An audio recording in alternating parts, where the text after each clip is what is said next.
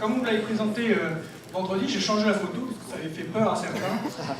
On passe notre journée, nous, dentistes, à voir des patients comme ça arriver chez nous dans nos cabinets.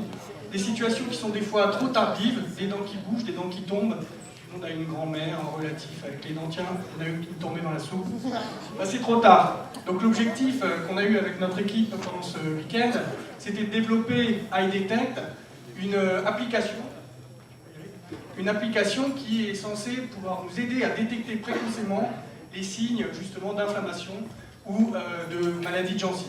C'est important parce que ces pathologies sont la première cause de perte dentaire en France et ont aussi des liens avec la santé en général.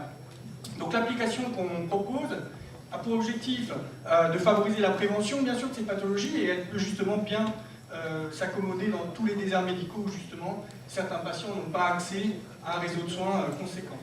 Elle s'adresse à qui? Aux professionnels de santé non dentistes par exemple, aux pharmacies, aux personnels soignants des institutions, notamment impliqués dans tout ce qui est handicap, prise en charge de la dépendance, mais aussi hospitaliers, et aux services de santé plus spécialisés, la médecine du travail ou encore l'armée.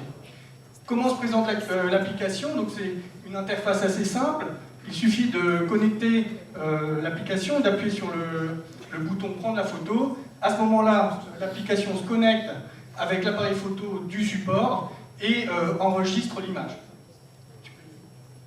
À ce moment-là, il y a un traitement d'image qui se fait par filtrage et détection des pics d'intensité qui vont différer entre l'état sain et l'état pathologique. Et s'ensuit une sortie, une rétribution pour le patient ou le testeur, à savoir, à savoir un message de prévention, alors soit en cas de pathologie, une description de la forme pathologique qu'il présente, mais également la conduite à tenir, notamment d'aller voir son chirurgien dentiste, et dans le cas contraire, si tout est sain, des messages d'encouragement ou de prévention, là aussi, plus généraux.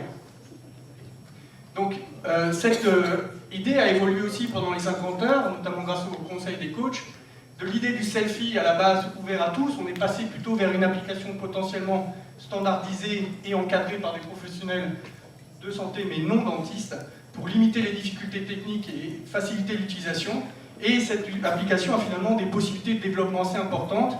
On pourra par la suite agréger un grand nombre de data pour déterminer plus finement les seuils informatifs de détection, affiner les filtres et enfin développer, pourquoi pas, un support borne qui pourrait être placé dans des endroits stratégiques avec comme unique objectif détecter pour mieux traiter. Merci. 64 iDetect, on les applaudit, mesdames et messieurs.